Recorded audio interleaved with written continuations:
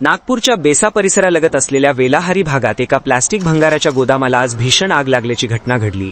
या आगीमुळे परिसरात काही काळ भीतीचे वातावरण निर्माण झाले होते, मात्र अग्निशमन दलाच्या सतर्कतेमुळे मोठी दुर्घटना टळली आहे। वेलाहारी परिसरातील या गोदामात मोठ्या प्रमाणात प्लास्टिकचा भंगार साठा होता।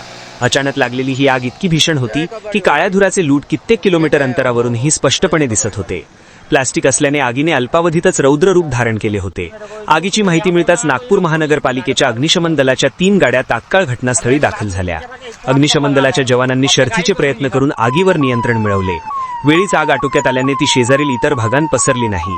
सुदैवाने या भीषण आगीत कोणतीही जीवितहानी झालेली नाही, मात्र गोदामातील प्लास्टिक साहित्याचे मोठे नुकसान झाले असून प्राथमिक अंदाजानुसार सुमारे 45,000 रुपयांचे नुकसान झाल्याचे सांगण्यात येत आहे। आगीचे नेमके कारण अद्याप समजू शकलेले नाही।